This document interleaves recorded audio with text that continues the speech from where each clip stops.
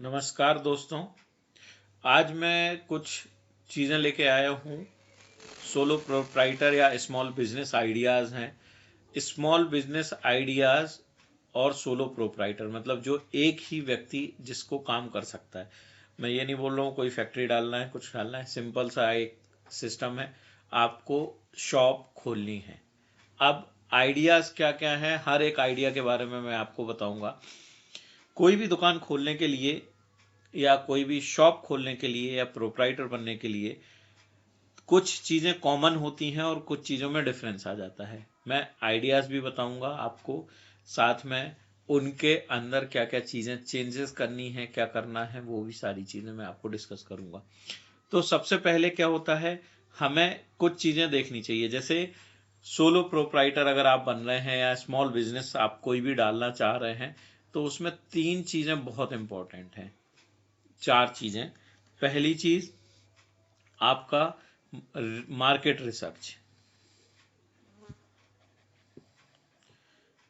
Market की research, जितनी ज़्यादा मार्केट रिसर्च करेंगे उतना बेनिफिट आपको मिलेगा। जैसे आप गए, आपकी टारगेट ऑडियंस क्या है, आपने अगर दुकान खोली, मान के चलिए रिटेल स्टोर खोला, तो आप किस एरिया में हैं, वहाँ के लोगों की हैबिट क्या है।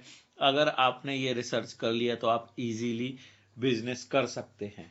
ठीक है, अगर आप जैसे जिम जिम ओपन किया आपने, तो वहाँ पे आपको देखना पड़ेगा कि कौन कौन सी चीज़ें वहाँ पे यूजुअली लोग फिटनेस को लेके कितने ज़्यादा एंथुजियास्टिक हैं, कितनी ज़्यादा अपने बिजनेस अपनी फिजिक को देना चाहते हैं। या आपने बेकरी स्टोर खोली, तो बेकरी में वहाँ के लोग क्या क्या खाना पसंद करते हैं, क्या खाना पसंद नहीं करते हैं, ये सारी चीज़ें आपको देखना है। या फिर आपने रेस्टोरेंट खोला, तो रेस्टोरेंट में पर्टिकुलर वो एरिया की लोकेलिटी कैसी है, कैसा क्या काम करती है, क्या करना है। ठीक है, आपकी सबसे पहली चीज़ है रिसर्च करना कि वो पर्टिकुलर मार्केट का एरिया कैसा है, कैसी ग्रोथ है, वहाँ पे कैसी जेंट्री रहती है, कैसे लोग रहते हैं, वहाँ की डिमांड कैसी है, आपको वो उस पर जाना पड़ेगा। दूसरा पॉइंट जो हमारा आ जाता है वो आ जाता है कि अपनी लोकेशन, आपको किस तरह की शॉप खोलनी है, वो पर्टिकुलर किस लोकेशन पे चलती है, ये आपको देखना है।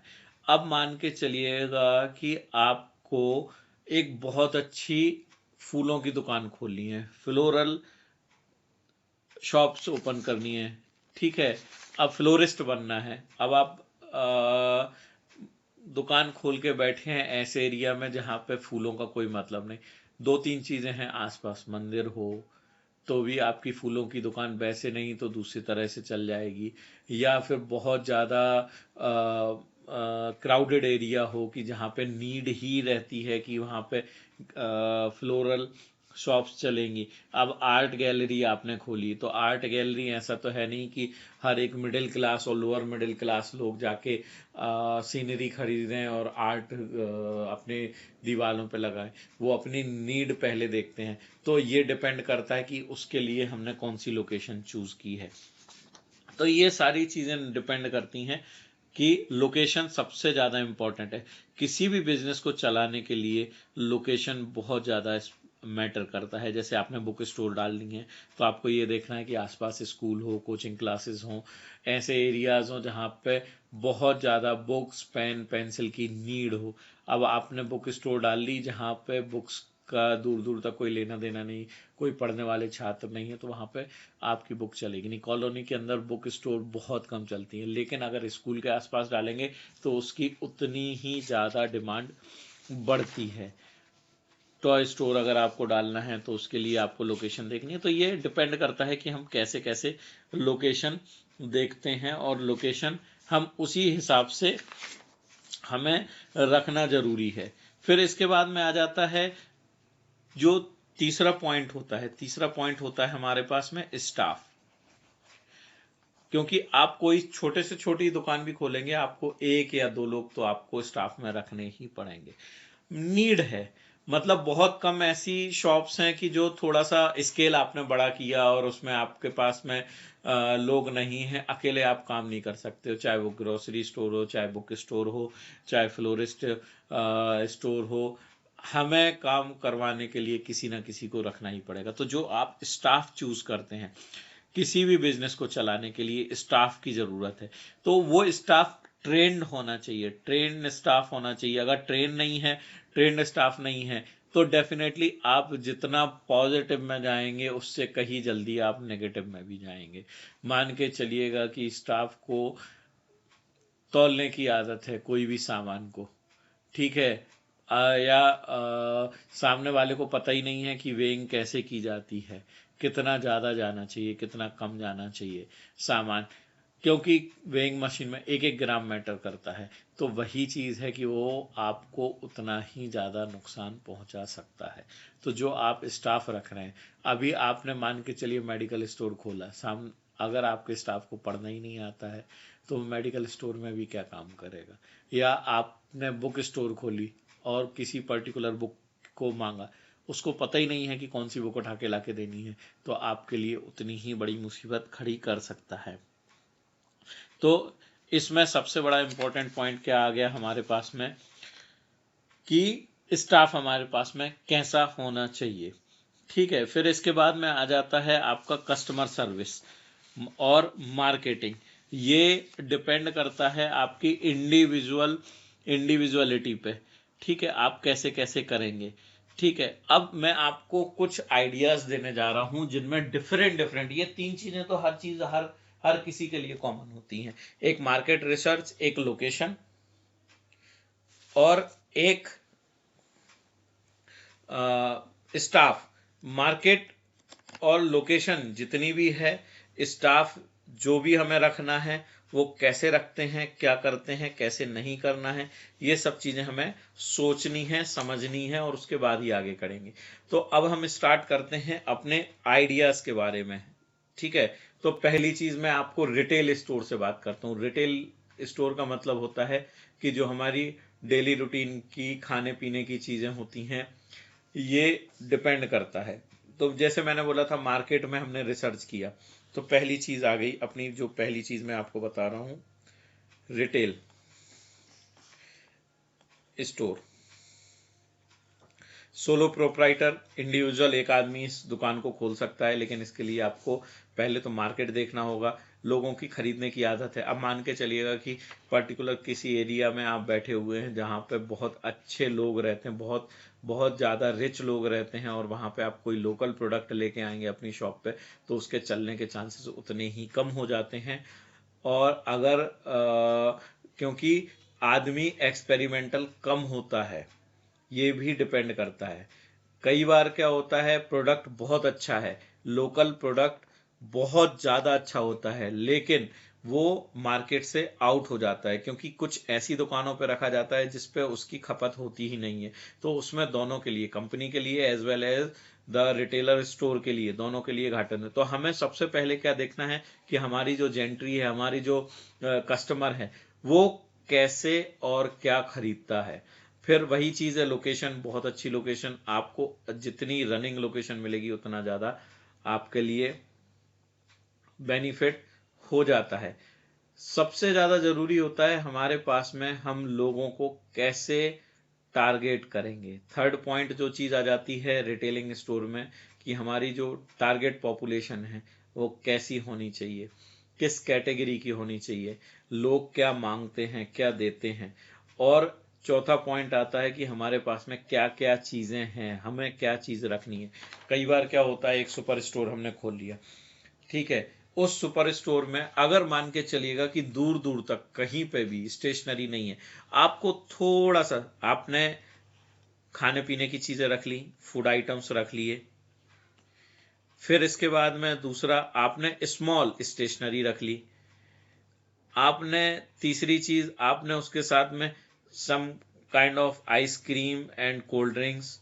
डेफिनेटली आपका सक्सेस रेट उतना ही ज़्यादा इंक्रीज हो जाएगा, क्योंकि इसमें यह भी डिपेंड करता है कि हम क्या क्या इन्वेंट्री अपने पास रख रहे हैं। और जो सबसे इंपॉर्टेंट फैक्टर है, that is customer service. Customer service के बिना कोई सा भी शॉप नहीं चलता। रिटेल स्टोर हो या कोई सी भी स्टोर हो, उसमें जितना ज्यादा आप कस्टमर को सेटिस्फाई कर पाए उतना आपके लिए फायदा रहता है कि हम उतना ही ज्यादा उसको आगे लेके अपन चल पाएंगे। ठीक है, ये तो हो गया रिटेल स्टोर। सेकेंडरी अपनी, अब मैं बात करता हूं इसके बाद में मेडिकल स्टोर की।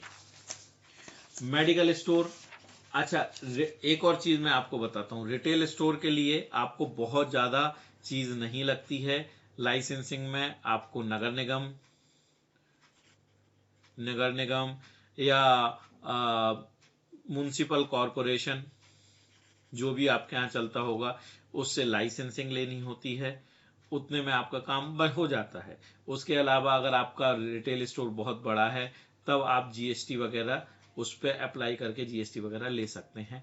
बहुत सिंपल है, कोई ज़्यादा चीज़ लेने की ज़रूरत नहीं। दूसरी चीज़ आ जाती है आपकी मेडिकल स्टोर। मेडिकल स्टोर में एक सबसे बड़ी समस्या होती है, मेडिकल स्टोर के लिए आपको ड्रग लाइसेंस लेना पड़ता है। ड्रग लाइसेंस सबसे ज्यादा इंपॉर्टेंट है। वो बी फार्मा,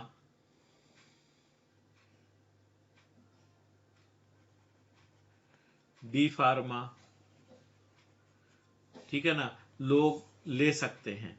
अब यहाँ पे एक पर्टिकुलर क्वालिफिकेशन हो गया आपका कि ये क्वालिफिकेशन है। अगर आपने किसी से बी फार्मा या डी फार्मा का लाइसेंस बोरो भी कर लिया है तब भी मेडिकल स्टोर डालने के लिए आपको ड्रग लाइसेंस लेना पड़ेगा। दूसरा, नगर निगम गुमास्ता जो भी आपका सर लाइसेंस बनता है शॉप ओपन करने का, वो लेना पड़ेगा। उसके बाद आप डालेंगे। तो इसमें सबसे पहली चीज कि ठीक है, आपके पास में एक बहुत अच्छा ऑप्शन है, जैसे मैंने आपको बताया कि रिटेल स्टोर की अगर हमने बात की थी जैसे पिछले अभी, तो रिटेल स्टोर में आपके पास में एक सबसे बड़ी चीज आ गई थी कि आपने रिसर्च कर लिया मार्केट का। सेम चीज क्या होती है कि इसके लिए लोकेशन सबसे ज्यादा इंपॉर्टेंट होती है। लोकेशन ऐसा कि हॉस्पिटल के पास में है। ठीक है, एक हॉस्पिटल में अगर आप बैठे हुए हैं या आप मान के चलिए हॉस्पिटल नहीं भी है तो एरिया बहुत ज़्यादा इम्पिटी है और वहाँ पे पॉपुलेशन बहुत ज़्यादा है, अगर आप ऐसी जगह पे जाते हैं तो इजीली आप मेडिकल स्टोर वगैरह आप चला सकते हैं। दूसरी चीज़ है वहाँ के लोग पर्टिकुलर किस, बहुत वास्ट रेंज आती है इसमें, आपको डिफरेंट डिफरेंट चीज़ें मिलती हैं लेने के लिए, करने को मिलती हैं। तो आपको ये भी देखना पड़ेगा कि आपके पास में जो जेंट्री है, जितना इन्वेंट्री है, वो सफिशिएंट है या नहीं है। क्योंकि आज के समय में जैसे कोविड के पहले, कोरोना के पहले और कोरोना के बाद में बहुत सारी चीजें बदल गई हैं। पहले लोग घर पे दवाइयाँ कुछ सर्दी जुकाम बुखार की रखते नहीं थे, आजकल वो भी रखने लगे हैं। तो आपको ये मालूम होना चाहिए कि इतना नॉलेज होना चाहिए कि कब क्या कैसी चीज कहाँ पे चलती है। क्योंकि हमारे यहाँ पे डॉक्टर के पास जाने के पहले पेशेंट मेडिकल स्टोर पे आता है और वहां से दवाई देता है। और कस्टमर सर्विस, अगर मान के चलिए आपके पास में कोई भी छोटी से छोटी दवाई भी मिसिंग है तो आप कितनी जल्दी अवेलेबल करवा सकते हैं उसको, सबसे ज्यादा इंपॉर्टेंट पॉइंट ये होता है।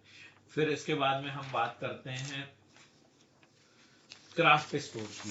क्राफ्ट स्टोर क्या होता है, जो आजकल बच्चों के लिए बहुत ज्यादा चीजें काम करती हैं, बहुत ज्यादा चीजें लोग स्कूल में भी बहुत सारे क्राफ्ट की चीजें लेने लग गए हैं। तो क्राफ्ट स्टोर जो है आजकल एक अलग से ही चीजें खड़ी करनी है, लोगों ने लेना कर दिया है। तो अपन को ये जब भी चीज देखनी है तो इसमें क्या क्या चीजें आ गई, जैसे पेंटिंग हो गया, कटिंग हो गया, स्क्रैप बुक्स हो गई, जो बहुत ज्यादा चलती हैं। तो ये चीजें ज्यादातर स्कूल के पास चलती है। अब इसकी लोकेशन क्या होनी चाहिए, इसकी लोकेशन सबसे ज्यादा इंपॉर्टेंट होती है जहां पे बहुत ज्यादा ट्रैफिक हो। ट्रैफिक ट्रैफिक का मतलब गाड़ियों वाला ट्रैफिक नहीं, लोगों का आना जाना ज्यादा हो, जहां लोग पैदल ज्यादा चलते हो। ऐसी जगहों पे क्राफ्ट स्टोर खोलने का एक अलग ही पॉइंट होता है। क्योंकि वहां पे लोग आएंगे, टहलेंगे, देख रहे हैं, चल रहे हैं, कुछ क्राफ्ट स्टोर में अच्छा दिखा तुरंत एंट्री करते हैं। और सबसे बड़ी चीज है कि लोगों के पास में वहां पे देखने के लिए भी होता है। कभी क्या होता है, हमने कुछ क्राफ्ट का खरीदना है, कहाँ जाएंगे, अरे यार मैं वहां घूमने गया था, वहां पे सामने दुकान थी, आदमी फटाक से पहुंचेगा क्योंकि वो एक यूनिक से स्टोर हो जाएगा। इसके लिए सबसे ज्यादा इंपॉर्टेंट चीज होती है कि वैरायटी ऑफ प्रोडक्ट्स। जितनी ज्यादा क्राफ्ट की वैरायटीज आप रखेंगे, उतना ज्यादा आप कस्टमर को अट्रैक्ट कर सकते हैं, क्योंकि अल्टीमेटली आपका सेल जनरेट कस्टमर ही करवाता है, आपका चीजें कस्टमर ही खरीदता है।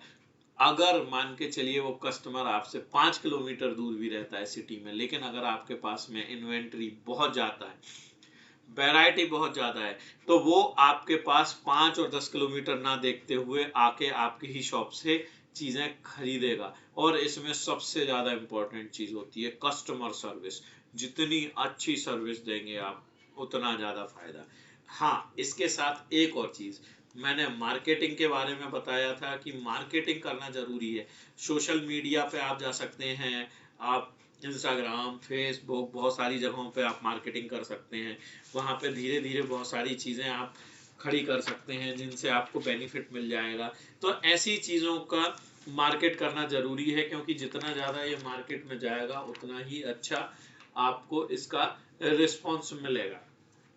अब हम नेक्स्ट बात करते हैं आपके होम अप्लायंसेस की। ठीक है ना, होम अप्लायंसेस भी आज की डेट में सबसे ज्यादा यूटिलिटी वाली चीज है, हो गई हैं। बहुत सारी चीजें आ जाती हैं इसमें, ऐसा कोई जरूरी चीज नहीं है, ऐसा नहीं है। होम अप्लायंसेस मतलब घरेलू सामान जो भी लगते हैं, प्लास्टिक के, स्टील के, जो छोटे छोटे होते हैं, साबुन की डिब्बी हो गई, नहाने के मग्गे हो गए, बाल्टी हो गई, किचन की चीजें हो गई, बहुत छोटी छोटी सी ऐसी चीजें हैं जो बहुत ज्यादा जरूरी होती हैं। अब ये भी बहुत पर्टिकुलर एरियाज होते हैं कि जहां पे ये आप रखेंगे, तो इसके लिए भी सबसे ज्यादा इंपॉर्टेंट होती है कि जहां वॉकिंग पेशेंट है, मतलब मार्केट है, पैदल चलने वाला व्यक्ति जितना ज्यादा मिलेगा आपको, उतनी ज्यादा चीजें आपके लिए मायने रखती हैं।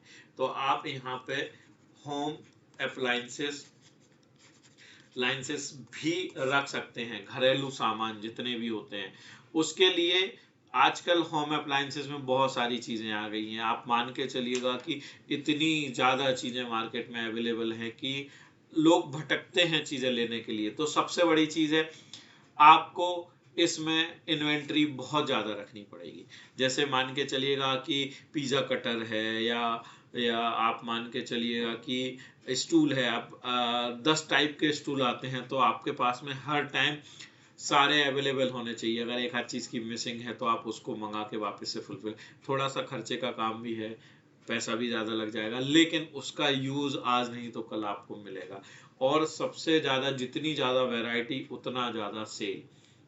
आपको इसके लिए डेफिनेटली एक नॉलेजेबल स्टाफ हायर करना पड़ेगा, जिसको मालूम हो कि कौन सी चीज कहाँ पे रखी जा सकती है।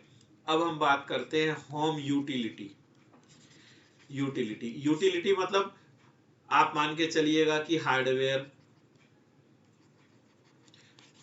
प्लम्बिंग और इलेक्ट्रिक सप्लाई, बल्ब वगैरह, ये सारी चीजें मार्केट में ही मिलती हैं, और बिना मार्केट के काम नहीं चलता। जहां पे वॉकिंग मार्केट हो, जहां पे पैदल चलने वाला मार्केट हो, जहां पे बहुत सारी शॉप्स हो, वहां पे आप अगर इन चीजों को खोलेंगे तो डेफिनेटली आपको उसका बेनिफिट मिलेगा ही मिलेगा। इसमें भी बहुत सारी चीजें नहीं लगती हैं, बहुत ज्यादा हाई क्वालिटी की चीजें नहीं लगती हैं। वहां पे आप इन सब चीजों को खोल सकते हैं और उसका आप बेनिफिट उठा सकते हैं। अब जैसे मैं बात करता हूं बुक स्टोर की, नेक्स्ट चीज हमारी आ जाती है बुक स्टोर। बुक स्टोर मतलब डेफिनेटली रिसर्च करना है मार्केट में। मैंने जो आपको पहले बताया था, लोकेशन चूज करनी है। अब बुक स्टोर के लिए लोकेशन सबसे ज्यादा इंपॉर्टेंट होती है। बुक स्टोर के लिए लोकेशन इसलिए इंपॉर्टेंट होती है कि जहां पे पैदल चलने वाले लोग ज्यादा हैं, जहां कोचिंग क्लासेस ज्यादा हैं, जहां आसपास स्कूल हैं, ठीक है। वहां पे क्यों बाहर, जो आजकल सिटी के बाहर स्कूल होने का ट्रेंड बहुत ज्यादा चल गया है, मैं वो बात नहीं बोल रहा हूँ। कोचिंग सेंटर्स के पास में या लोकल मार्केट में आपकी शॉप है जहाँ पे स्टूडेंट की गैदरिंग होती है, वहां पे अगर आपने बुक स्टोर खोला तो उसके सक्सेस होने के रेट चांसेस बढ़ जाते हैं। अब इसमें एक और नई चीज है, जैसे वैरायटी ऑफ बुक्स, डेफिनेटली बहुत इंपॉर्टेंट, क्योंकि आज की डेट में एक किताब से पढ़ के किसी का कुछ भी नहीं होता, उसको 2 या 4 किताबों को रेफर करना ही पड़ता है। So definitely variety of books, बहुत सारी बुक्स है, अलग अलग है। इसके साथ में आप बच्चों की कॉमिक्स बुक वगैरह भी रख सकते हैं, नॉन फिक्शनल बुक्स भी रख सकते हैं, जेनेरिक बुक्स भी रख सकते हैं, अदर अदर ऑथर्स की बुक भी रख सकते हैं। और अगर आप बहुत बड़े स्केल पे जाना चाहते हैं तो आप जो कुछ ऑथर्स हैं उनके इवेंट भी अपने यहाँ पे करवा सकते हैं। It is also kind of selling. जितनी ज्यादा सेल करेंगे, जितनी ज्यादा बुक्स को ऑफर करेंगे, उतना ज्यादा आप बेनिफिट इसको ले सकते हैं, उतना ही आपको इसका फायदा मिल सकता है। So ultimately book store is a good idea and you can attract the good crowd, और लोगों का बहुत सारी चीजों के पास में बढ़ा भी है। अब हम बात करते हैं गिफ्ट शॉप और टॉय स्टोर्स की। गिफ्ट शॉप और टॉय स्टोर भी आज की डेट में एक बहुत बड़ा पार्ट हो गया है। गिफ्ट शॉप, और या तो आप सेपरेटली गिफ्ट शॉप या टॉय स्टोर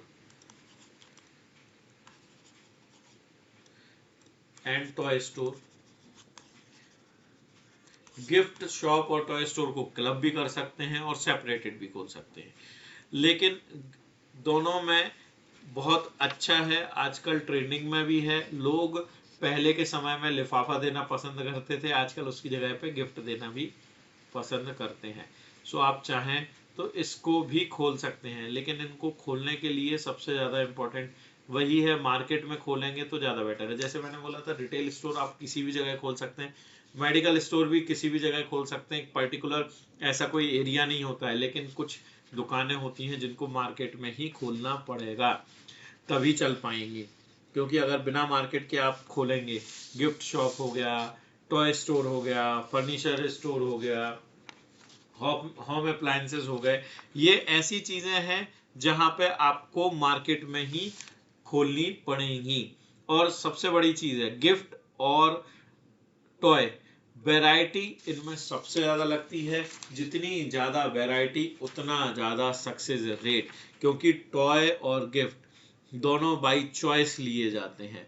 आप बुक एक बार को मैंडेटरी होती है कि हमें पर्टिकुलर यही बुक लेनी है, ग्रोसरी भी हमारे पास चॉइस नहीं है तो भी हम लेंगे, लेकिन गिफ्ट और टॉय विदाउट चॉइस कोई भी नहीं लेता। तो आपके पास में ऐसा स्टाफ होना चाहिए जो किसी को इजीली कन्विंस कर सके या आप कन्विंस कर सकें। जितनी ज्यादा वैरायटी, जितना अच्छा स्टाफ और जितनी अच्छी सेल सर्विस, उतना ही ज्यादा प्रॉफिट।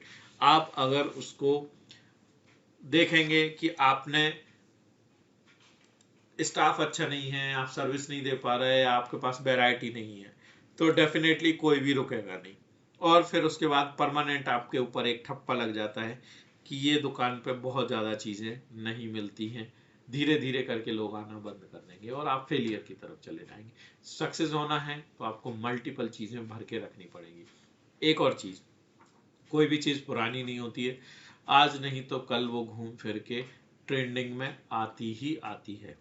अब जैसे मैंने बोला आपको, फ्लोरिस्ट, फूलों की दुकान,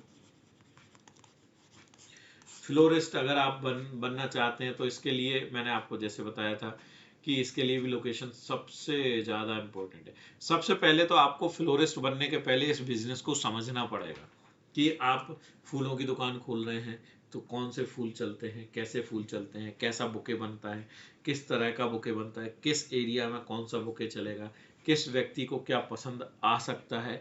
ये एक बहुत ही ज़्यादा सेंसिटिव मैटर है और सेंसिटिव थिंग है, तो जो हमें देखनी पड़ेगी। उसके लिए मैंने आपको बोला ना, डिफरेंट डिफरेंट एरिया डिपेंड करते हैं। कई बार कई जगहों पे हमने बड़ी बड़ी दुकानें, आप फ्लोरिस्ट की दुकानें देखेंगे तो बहुत बड़ा एरिया है जहाँ पे यूजुअली इवेंट्स कंडक्ट होते रहते हैं, जैसे मैरिज गार्डन वगैरह हो गया या कोई इवेंट गार्डन हो गया। वहाँ पे आप अगर शॉप डालते हैं, फ्लोरिस्ट होते हैं, तो वहाँ पे आपको पॉजिटिव रिस्पॉन्स ज़्यादा मिलेगा। लेकिन अगर इन केस वहीं पे आप किसी मार्केट में डाल देते हैं तो थोड़े से चांसेस कम हो जाते हैं। टेम्पल अगर आसपास है तो भी चांस बढ़ जाएगा आपकी दुकान का चलने का। बस डिपेंड ये करता है कि वहाँ पे बहुत अच्छी आपके पास में जेंट्री नहीं मिलेगी। फिर इसके बाद में अगर हम बात करें तो ऑटो मोबाइल सेक्टर में भी आप जा सकते हैं। ऑटोमोटिव, बेसिकली ऑटोमोटिव सेक्टर अपने आप में भी एक बहुत बड़ा सेक्टर है। ऑटोमोटिव में मैं आपसे शोरूम खोलने की बात नहीं कर रहा हूँ, मैं उसको रिपेयर करने की बोल रहा हूँ। लेकिन इसके लिए tools and equipments, location, tools, equipments और जो एम्प्लॉयज हैं सबसे ज़्यादा इम्पोर्टेंट है, क्योंकि जितने ज़्यादा एडवांस टूल्स होंगे उतना ही आपकी यहाँ पर क्राउड आएगा, रिपेयरिंग क्राउड आएगा। जितने कम एडवांस इंस्ट्रूमेंट्स होंगे उतना कम क्राउड आएगा। और जितने अच्छी क्वालिटी के आपके पास में मैकेनिक होंगे उतना अच्छा आप अपने गराज को बहुत अच्छा रन कर सकते हैं, क्योंकि गराज रन करना बहुत इजी काम नहीं होता है। छोटी से छोटी चीज़ें आपके लिए बहुत मायने रखती हैं। हाँ, एक कुछ और चीज़ें भी हैं, ब्यूटी सैलून और स्पा वगैरह भी आप खोल सकते हैं अगर चाहें, लेकिन उसके लिए भी डिपेंड ये करता है कि आप लोकेशन बहुत अच्छी हो, इक्विपमेंट सप्लाई अच्छी हो और आपके पास में जो स्किल्ड वर्कर्स हैं वो होने चाहिए, क्योंकि जितना ज़्यादा स्किल्ड वर्कर मिलेंगे उतना ही अच्छा वर्क आपके पास में होगा। एक और नई चीज़ है, जैसे अगर आप बोले तो day care and pre school. Day care and pre school जो होता है ये सबसे बढ़िया आज की डेट में बिजनेस है। आपके पास में 1500 स्क्वायर फीट का अगर कोई भी घर है तो आप 1500 स्क्वायर फीट के घर में बढ़िया डे केयर या प्री स्कूल ओपन कर सकते हैं। मतलब एरिया में कुछ होना चाहिए नहीं होना चाहिए, डे केयर स्कूल आप आराम से इजीली उसको रन कर सकते हैं, उसको खोल सकते हैं। लेकिन उसके लिए आपको ट्रेंड स्टाफ चाहिए, क्योंकि छोटे बच्चे जो आते हैं आजकल वैसे भी चीज़ें चल गई हैं कि लोग मदर फादर दोनों पेरेंट्स जो हैं वो वर्किंग हैं, तो वर्किंग पेरेंट्स के जब बच्चे छोटे होते हैं तो डेफिनेटली उन्हें डे केयर के लिए चाहिए होता है 8 घंटे 10 घंटे के लिए, और वो अच्छा खासा पैसा खर्च करने को तैयार होते हैं। सो ऐसी सिचुएशन में डे केयर और प्री स्कूल बहुत ही अच्छा बिजनेस है। आपको इक्विपमेंट्स लगेंगे, इक्विपमेंट्स लाइक खेलने के इक्विपमेंट्स, टीचिंग बोर्ड्स और छोटी छोटी चीज़ें होती हैं। लेकिन ये बिजनेस आज की डेट में ग्रोइंग बिजनेस है, आप चाहें तो इसको उतना ही ग्रो कर सकते हैं। उसके लिए स्किल एम्प्लॉय अकेले आपको चाहिए रहेंगे, उसके अलावा और कोई भी दिक्कत इसमें आपको आएगी नहीं। आगे की अब हम बात करें तो आजकल नया ट्रेंड चल गया है, लोग पेट रखते हैं अपने घर में। तो पेट स्टोर जो होता है, पेट स्टोर भी एक बहुत अच्छी चीज़ हो गई है। आपके पास में पेट स्टोर होना चाहिए, पेट मील होना चाहिए, या पेट क्लिनिक भी आप डाल सकते हैं। कुछ नहीं करना है, आपको एक बढ़िया लोकेशन ढूंढनी है जहाँ पे लोगों के यहाँ पे बहुत ज़्यादा पेट्स पाले जाते हैं। उस एरिया में पेट मील और पेट क्लिनिक दोनों आप डाल सकते हैं। आप हायर कर सकते हैं एक डॉक्टर को जो पर्टिकुलर आपके यहाँ पे आके सर्विसेज दे सके, जिसके साथ में आपका पेट मील वगैरह भी बहुत अच्छा चल सकता है। अब सबसे बढ़िया चीज़ जो होती है, जैसे कि लोग बात करें तो रेस्टोरेंट खाने की, हर व्यक्ति खाने पीने का शौकीन होता है। तो सबसे बढ़िया चीज़ है कि अगर आप एक अच्छी लोकेशन आप ढूंढते हैं जहाँ पे ट्रैफिक हो, पार्किंग एरिया हो और आपके पास में फंड हो, लोग खाने के शौकीन हो, उस जगह पे आप एक बढ़िया रेस्टोरेंट डाल सकते हैं। लेकिन उस रेस्टोरेंट का जो मेन्यू है वो आपका यूनिक होना चाहिए और ऐसा होना चाहिए कि कस्टमर आपकी तरफ अट्रैक्ट करे। स्टाफ, मैंने पहले भी बोला था, स्किल्ड होना चाहिए और बहुत पोलाइट स्टाफ होना चाहिए, बहुत अच्छा स्टाफ होना चाहिए जो वेल सर्विस दे सके। जितनी अच्छी सर्विस होगी उतना ही फायदा होगा। इसमें आपको एरिया लगेगा, जगह लगेगी, लोकेशन लगेगी, स्टाफ लगेगा, लेकिन रेस्टोरेंट का बिजनेस बहुत ही अच्छा बिजनेस है जिससे डायरेक्ट इनकम आप कमा सकते हैं। तो ये मैंने आपको कुछ आइडियाज दिए हैं, इनके बारे में भी बताया है कि कौन कौन सी चीजें हैं जहां आपको करना चाहिए और छोटे छोटे बिजनेस आप कैसे खोल सकते हैं। सबसे पहले आपको एक दुकान की जरूरत है, एक एरिया चाहिए, लोकेशन चाहिए, शॉप चाहिए, स्टाफ चाहिए और मार्केटिंग आपको करनी आनी चाहिए। रेस्टोरेंट का सीधा सा सिस्टम होता है marketing, unique product, unique marketing, unique benefit. Thank you. कोई भी क्वेरी हो तो आप मुझे कमेंट करके बता सकते हैं, मैं उसका समाधान आपका कर दूंगा। Thank you.